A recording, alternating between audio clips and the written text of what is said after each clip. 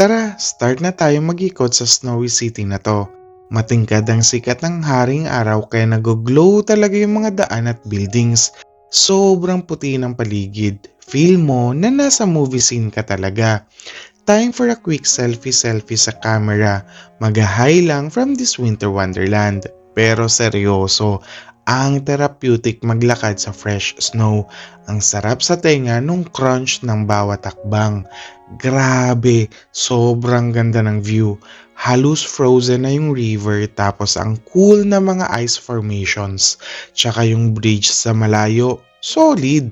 Nakaka-amaze talaga how winter changes everything.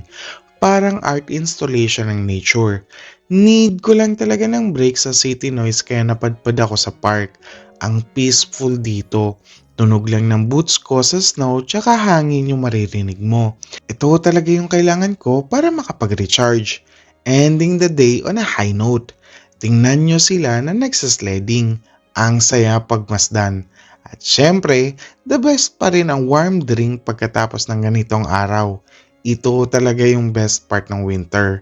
Hanggang dito na lang. Gracias!